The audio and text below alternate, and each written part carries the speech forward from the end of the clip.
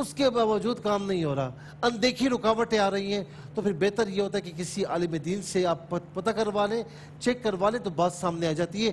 خواہ ہر کسی پر نہیں ہوتا, یہ ہمارا وہم بھی ہوتا ہے. بالکل صحیح مفتی صاحب, بالکل ٹھیک ہے. ایک کالر ہمارے ساتھ ہیں, بریک بھی مجھے لینا ہے, لیکن میں کالر کو پہلے شامل کر لیتا ہوں. جی السلام علیکم. وعلیکم السلام ورحمۃ اللہ وبرکاتہ. جناب کیا سوال ہے آپ کا؟ سر جی محمد اقبال عرض کر رہا ہوں, مسئلہ یہ ہے کہ میری جماعت ٹوٹی ہوئی. آپ کی آواز تھوڑی مجھے سمجھ نہیں آ رہی, ذرا ٹھیک سے اگر آہستہ آہستہ بولیں. جی جی میں محمد اقبال عرض کر رہا ہوں, میں یہ کہہ رہا ہوں میری لات ہے ٹوٹی ہوئی, تو میں نماز نہیں پڑھ سکتا, سیدھی ہو کے مطلب بیٹھ کے پڑھتا ہوں, سیدھی ٹانگ رہتی ہے, تو میرے لیے کیا حکم ہے؟ ٹانگ ٹوٹی ہوئی ہے آپ کی؟ ہاں جی ٹانگ ٹوٹی ہوئی ہے, موو نہیں ہو سکتی. موو نہیں ہو سکتی, موو نہیں ہو سکتی. تو آپ نماز پڑھتے ہی نہیں ہیں یا پڑھتے ہیں؟ نہیں, نماز 5 وقت ہی پڑھتا ہوں جی. الحمدللہ, کرسی پر بیٹھ کے پڑھتے ہیں؟ جی جی, کرسی پر نیچے بیٹھ کے, جہاں نماز میں بیٹھ کے بیٹھ. اچھا ٹھیک ہے, میں سمجھ گیا, موو نہیں ہو سکتی ٹانگ آپ کی. مفتی صاحب بیٹھے ہیں, انشاءاللہ ابھی آپ کو جواب دیں گے. ایک چھوٹا سا وقفہ ہے, اور وقفے کے بعد ہوتی ہے آپ سے پھر ملاقات, شرعی سوالات اور ان کے جوابات. ویلکم بیک ناظرین, ایک بار پھر آپ کا خیر مقدم ہے. رمضان المبارک میں ہم ماشاءاللہ پہلا روزہ افطار کرنے جا رہے ہیں, اور افطار کرنے سے پہلے جو یہ لوازمات روحانی ہیں, یعنی علم دین ہمیں سیکھنا ہے. کوئی سوال آپ کے ذہن میں, آپ لائیو ٹیلی فون کال کے ذریعے ہمیں جوائن کیجئے. ایک ٹیلی فون کال کی دوری پہ میں, مفتی محمد سہیل رضا امجدی صاحب, مفتی محمد عامر صاحب اور پروفیسر ڈاکٹر محمد احمد قادری صاحب ہیں. اٹھائیے فون اور ملائیے اور کیجئے سوال, ہم دیں گے آپ کے سوالات کے قرآن و سنت کی روشنی میں شفاف جوابات. ایک کالر ہمارے ساتھ ہیں. السلام علیکم. وعلیکم السلام. جی خاتون, کیا سوال ہے آپ کا؟ سر ہم نے یہ پوچھنا ہے کہ اگر کسی نے تراویح نہ پڑھی ہو تو کیا اس کا روزہ قبول ہو جائے گا؟ اچھا ٹھیک ہے. دوسرا سوال یہ ہے کہ کسی کی کئی سالوں کی تراویح چھوٹ گئی ہیں, تو اب وہ کیا کرے گا؟ ٹھیک ہے, کئی سالوں کی تراویحاں اگر چھوٹ گئی تو اب وہ کیا کریں؟ وہ سب مسکرا رہے ہیں اس سوال پر. بہرحال انشاءاللہ اس کا جواب ابھی دیتے ہیں آپ کو. اور بھی کوئی اگر آپ کے ذہن میں سوال ہو, خلش ہو, دیکھیں سوال کیا کیجئے. میں اکثر کہتا ہوں دیکھیں سوال آدھا علم ہوتا ہے. آپ سوال کیجئے, مفتی صاحبان آپ کی خدمت کے لیے موجود ہیں, براہ راست آپ کو ملے گا جواب. مفتی محمد عامر صاحب فرمائیے. یہ بھائی نے سوال پوچھا تھا کہ پیر جو ہے وہ ان کا ٹوٹا ہوا ہے اور موو نہیں ہوتا, روڈ وغیرہ لگ جاتی ہے تو پھر وہ ایک اسٹیٹ رہتا ہے, اس کے اندر مومنٹ باقی نہیں رہتی ہے. صحیح. ایسے لوگوں کے لیے حکم یہ ہے کہ وہ جس طرح چاہیں پیر کی پوزیشن رکھنا نماز میں. ٹھیک ہے. اگر وہ چیئر پہ بیٹھ کے پوری نماز پڑھنا چاہیں پڑھیں, اور اگر وہ کھڑے ہو کے ایزیلی رکوع سجود اشارے سے کر کے پڑھنا چاہیں, اور اگر بیٹھ کر پیر پھیلا کر وہ نماز پڑھنا چاہیں تو اس طرح بھی پڑھ سکتے ہیں. جس طرح ان کے لیے آسانی ہو نماز میں وہ پڑھ سکتے ہیں, ان کے لیے کوئی روک ٹوک نہیں ہے. صحیح ہے, بالکل صحیح ہے. ایک کالر اور ہے ہمارے ساتھ. السلام علیکم. وعلیکم السلام. جی کیا سوال ہے آپ کا؟ میرے ساتھ میرا یہ مسئلہ ہے کہ ہماری جاب چھوٹ گئی ہے. ہم اتنا پڑھتے تھے, استغفار بھی پڑھتے تھے, اور ہے نا سورہ انا اعطیناک الکوثر کی بھی پوری 129 بار پڑھتی تھی. اس سے ہمارے کاروبار میں بہت ترقی ہوئی. میرے شوہر جو ہے جاب کرتے تھے, حال میں جاب کرتے تھے. اچھا اب مسئلہ کیا ہے؟ میں اتنی حال میں مینیجر تھے. اب کیا مسئلہ ہے آپ کے ساتھ؟ اب یہ ہے کہ جاب چھوٹ گئی اچانک رمضان میں نا, حال وغیرہ ٹوٹ گئے. تو مطلب کہنے کا یہ ہے کہ ہم لوگوں نے اتنا پڑھائی کرتے تھے, اس کے باوجود ایسا ہو گیا ہمارے ساتھ. تو میں سوچتی ہوں ایسا کیا کر دیا ہم نے جو ہمارے ساتھ ایسا ہو گیا. میری بہن اب پڑھتی ہیں, اب پڑھتی ہیں؟ میں بھی کچھ پوچھنا چاہتا ہوں. میں پڑھتی ہوں, میں وہی پڑھتی ہوں پابندی سے پڑھتی ہیں؟ بس صحیح ہے, بس ٹھیک ہے. آپ مفتی صاحبان انشاءاللہ جواب دیں گے. میں مفتی صاحب ارشاد فرمائیے گا. ایک سوال یہ ہوا کہ تراویح نہ ہو تو روزہ ہو جائے گا یا نہیں. دیکھیے تراویح سنت موقدہ ہے, اور اس کی جماعت سنت کفایہ ہے, اور روزہ فرض ہے. یاد رکھنا کہ روزہ جو رکھتا ہے تو تراویح پڑھنا اس کے لیے سنت موقدہ ہے, وہ اسے پڑھنی چاہیے. لیکن خدا نخواستہ تراویح نہیں پڑھی تو روزہ نہیں ہوگا, یہ غلط ہے. روزے کی فرضیت ادا ہو جائے گی, روزہ ہو جائے گا. ہاں اس کی روحانیت میں کمی واقع ہو سکتی ہے. بالکل ٹھیک ہے. یعنی آپ فرما رہے روزہ ایک الگ عبادت ہے, فرض ہے, اور وہ ایک الگ جی ہاں وہ سنت ہے. سنت, بالکل ٹھیک ہے. کالر ہے ہمارے ساتھ. السلام علیکم.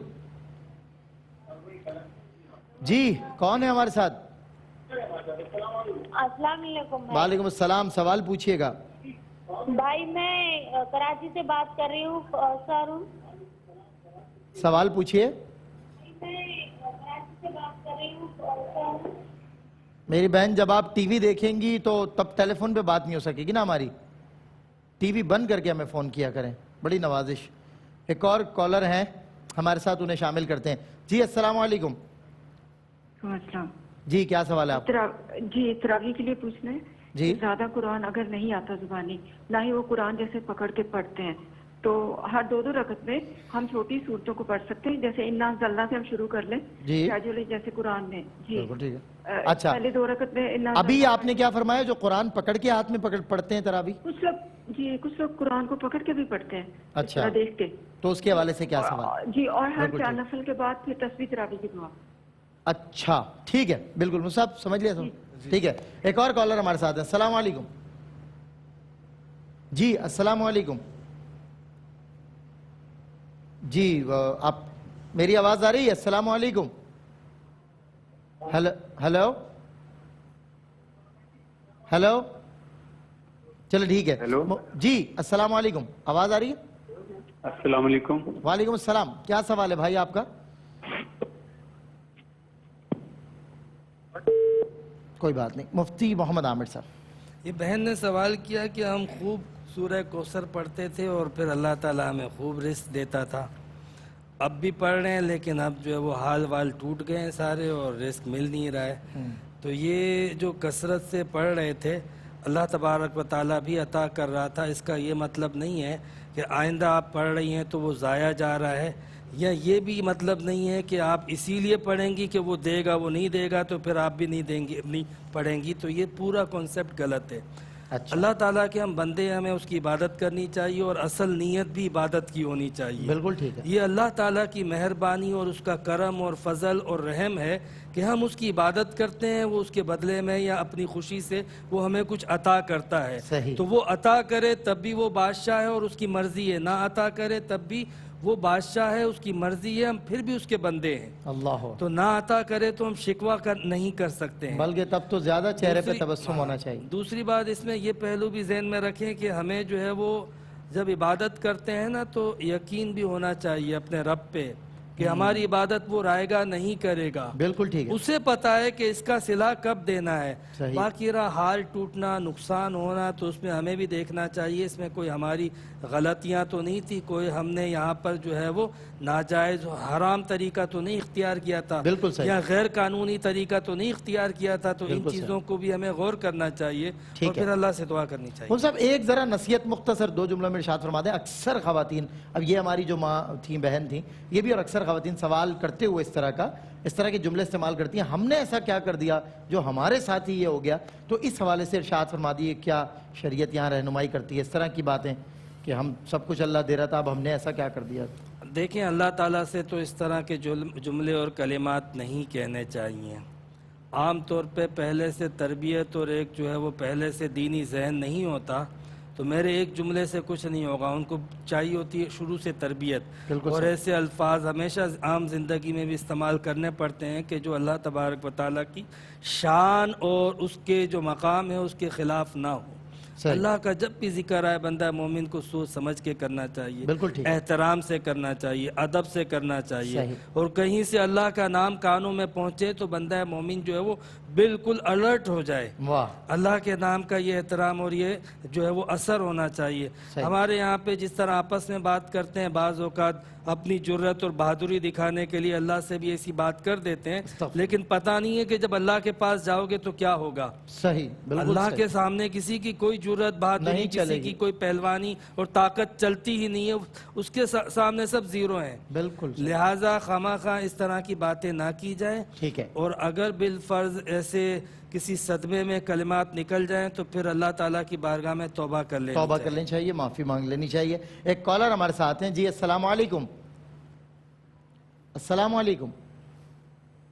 ہیلو. ہیلو جی السلام علیکم. وعلیکم السلام. کیا سوال ہے آپ کا؟ جی میرا یہ سوال ہے کہ میں کافی عرصے سے بیمار, میری شادی ہوئی تھی تقریباً 2010 میں, تو میری طبیعت کافی خراب رہتی تھی. بعد میں پتہ چلا 2-3 سال بعد کہ مجھ پہ نہ کالا جادو ہے. لیکن میں بہت بھی بیمار رہتی تھی. پھر 2018 میں نے سورۃ البقرہ کسی نے کہی کہ پڑھیں آپ, مکی صاحب کا میں نے بیان سنا تھا. ٹھیک ہے. تو میں نے پڑھنی شروع کی، وہ ایک دن چھوڑ کے میری طبیعت کافی بہتر ہو گئی ہے، پانی شانی میں دم کر کے پیتی تھی، جس طرح بیمار رہتی تھی وہ حالت ٹھیک ہو گئی ہے، لیکن اب میں مسلسل پڑھتی ہوں، لیکن ایک جگہ اگر 5 دن بیٹھ کے پڑھوں تو مجھے عجیب عجیب خیال آتے ہیں، خواب آتے ہیں، مجھے ڈر لگنا اب شروع ہو گیا ہے، سمجھ نہیں آتی اس کی کیا وجہ ہے۔ ٹھیک ہے، چلیں ٹھیک ہے، کچھ اس طرح کسی سچویشن ہے۔ میں پروفیسر ڈاکٹر محمد احمد قاضی صاحب ایک آپ سے بھی سوال کرنا چاہتا ہوں کہ آپ دیکھتے ہیں کہ جب اکثر مستورات جس طرح ریلیونس ہوئی بات کہ وہ مایوسی کا شکار ہو جاتے ہیں ذرا سی بات پہ، اور ہمیں تو یہ معلوم ہے کہ کوئی بھی نقصان زندگی میں اللہ کی اجازت کے بغیر نہیں آ سکتا، نہ ہی کوئی نفع اس کی اجازت کے بغیر آ سکتا ہے۔ آج شیخ عبد القادر جیلانی رحمۃ اللہ تعالیٰ علیہ کی ولادت کا دن ہے، وہ جب بیڑا لٹ گیا خبر آئی تب بھی آپ راضی تھے اور آپ نے اللہ کا شکر ادا کیا اور کہا نہیں وہ غلط میں نے خبر دی تھی، لٹا نہیں ہے بلکہ لوگوں نے لوٹ کے ڈبل منافع پہ آپ کا بیڑا سفینہ، تو تب بھی آپ نے اللہ کا شکر ادا کیا۔ پوچھنے والے نے پوچھا کیا وجہ ہے، تو کہا جب نقصان کی خبر آئی میں نے دل کی طرف غور کیا، میرا دل تب بھی اللہ سے جڑا ہوا، اور جب فائدہ ملا تب یہ دل کی کیفیت کا نام بدلنا۔ تو یہ جو دل کی کیفیت ذرا سی بات پہ بدل جاتی ہے، انسان یکسر بدل جاتا ہے، مایوسی کی باتیں شروع کر دیں۔ اس حوالے سے آپ ارشاد فرمائیں۔ اصل میں جب ہماری روحانی تربیت کمزور ہو یا ہمارا روحانی رشتہ مضبوط نہ ہو یا ہماری زندگی میں کوئی اللہ والا شخص، کوئی بزرگ ہمارے سر پر ہاتھ رکھنے والا نہ ہو، تو نتائج پھر وسوسے کی صورت میں نکلتے ہیں، بالکل ٹھیک، پریشانی کی صورت میں نکلتے ہیں۔ قرآن کریم تو کہتا ہے وَلَنَبْلُوَنَّكُمْ بِشَيْءٍ مِّنَ الْخَوْفِ وَالْجُوعِ وَنَقْصٍ مِّنَ الْأَمْوَالِ، تو وہ تو معاملات ہیں، آزمائشوں کے، ایمان کے مدارج ہیں، اور اللہ والے صبر و ایقان کے ساتھ، شکر کے ساتھ الحمدللہ کہہ کر گزر جاتے ہیں۔ صحیح۔ ہم جیسے کمزور ایمان کے لوگ جو ہے شکوے کرنے، یار کیا ہوا یہ بیماری نے میرا ہی گھر دیکھ لیا۔ قبلہ مفتی صاحب نے سیر حاصل بات کی ہے اس پر، قبلہ مفتی صاحب بہت خوبصورت بولے ہیں اس پر، ماشاءاللہ۔ یار یہ کیا ہوا میں ہی رہ گیا بس، اور یہ کفریہ جملے ہیں، استغفر اللہ۔ اس طرح کی باتیں خدا کے ساتھ، نعوذ باللہ من ذالک، اس رب کے لیے بات کر رہے ہو جس سے تمہیں یہ بولنے کی بھی طاقت دے دی، ورنہ تمہیں اتنی طاقت بھی نہ ہوتی کہ تم یہ جملہ بولتے۔ بالکل۔ لیکن معاملہ کیا ہے کہ کچھ تو جنون اپنا ہوتا ہے، کچھ کیفیات ایسی ہوتی ہیں جو ارد گرد کی ہوتی ہیں۔ اکثر و بیشتر ایسا ہوتا ہے جب ہم پریشان ہوتے ہیں تو کچھ ٹھگ باز لوگ ہمارے ارد گرد ہوتے ہیں، وہ بظاہر تو دیندار نظر آتے ہیں لیکن ان کا کام ہے دین سے پیسے کمانا۔ بالکل صحیح۔ پھر وہ دکانیں کھول کر وہاں کیا کرتے ہیں، ایسی دکانیں کھول لیتے ہیں، تمہاری ساس نے تم پہ جادو کر دیا، تمہاری بہو نے تم پہ جادو کر دیا، تمہارے فلاں رشتہ دار نے تمہارا کاروبار بند کر دیا، تمہارے ساتھ جو ہے وہ بس عنقریب تم مرنے والے ہو یا مرنے والی ہو، نعوذ باللہ من ذالک، اتنے پیسے دو تو میں جا کر ایک پتلا دبا دوں قبر میں، 40 دن مجھے وظیفہ کرنا پڑے گا، گلابی رنگ کا بکرا لانا ہے۔ اب وہ گلابی بکرا نہ ہوگا نہ آئے گا تو وہ جیب میں پیسے جائیں گے۔ اللہ سے ڈرنا چاہیے۔ شیخ عبد القادر جیلانی رضی اللہ تعالیٰ عنہ کا بار بار آپ نے حوالہ دیا، آج ان کا دن بھی ہے، انہوں نے آداب بتائے ہیں کہ کیا آداب ہیں، اور جو قبلہ مفتی صاحب ہیں اور ہمارے بزرگ ہیں یہاں پر، جو اکثر و بیشتر قرآن کریم پڑھنے کا اور اوراد و اشغال کا سلیقہ بتلاتے ہیں۔ بالکل ٹھیک ہے۔ ہمیں جو معتبر لوگ ہیں ان کو سننا چاہیے، نہ کہ بازاری لوگوں کو سن کر پیسے بھی جائیں، شکوک بھی لے کے جائیں اور ذہنی مریض بن کر نفسیاتی ہاسپٹل میں ایڈمٹ ہو جائیں۔ بالکل ٹھیک ہے۔ مفتی صاحب قبلہ آپ کا آخری اوپینین یا سوال کا جواب فوراً دے دیجئے، ہم 1 منٹ بچا ہے پھر ہم ایک سوال یہ ہوا کہ کئی سالوں کی تراویح چھوٹ گئی تو اب کیا کریں؟ صحیح، چھوٹ گئی ہے ٹھیک ہے، برا ہوا لیکن اس کی قضا نہیں ہے، ٹھیک ہے نا، آئندہ آپ پابندی سے پڑھیں، ٹھیک ہے۔ اور ایک جو یہ کہا کہ جو ہے وہ یعنی قرآن پکڑ کر پڑھنا نماز میں، تراویح میں، یہ ہمارے یہاں بالکل بھی جائز نہیں ہے، ٹھیک ہے۔ مفتی صاحب چھوٹی صورتوں کے حوالے سے ذرا جواب دیجیے۔ فرمائیے، کون سا سوال تھا؟ تراویح میں چھوٹی صورتیں پڑھنا، صورتوں سے صورتیں یاد نہ ہو۔ ہاں یہ تو ماشاءاللہ، ہاں بالکل، خواتین جو ہے یا کوئی بھی غیر حافظ اگر خود تراویح پڑھنا چاہے تو پڑھ سکتا ہے، اور اسے قرآن پڑھنا ضروری نہیں ہے، ٹھیک ہے۔ جب وہ کوئی بھی صورت پڑھ لے گا، چھوٹی صورت بھی پڑھ لے گا، عام نمازوں والی صورتیں بھی پڑھ لے گا، تو تراویح کی نماز ہو جائے گی، ٹھیک ہے۔ یہ تراویح پڑھنا ایک سنت ہے اور تراویح میں ختم قرآن کرنا یہ دوسری سنت ہے، بالکل ٹھیک ہے۔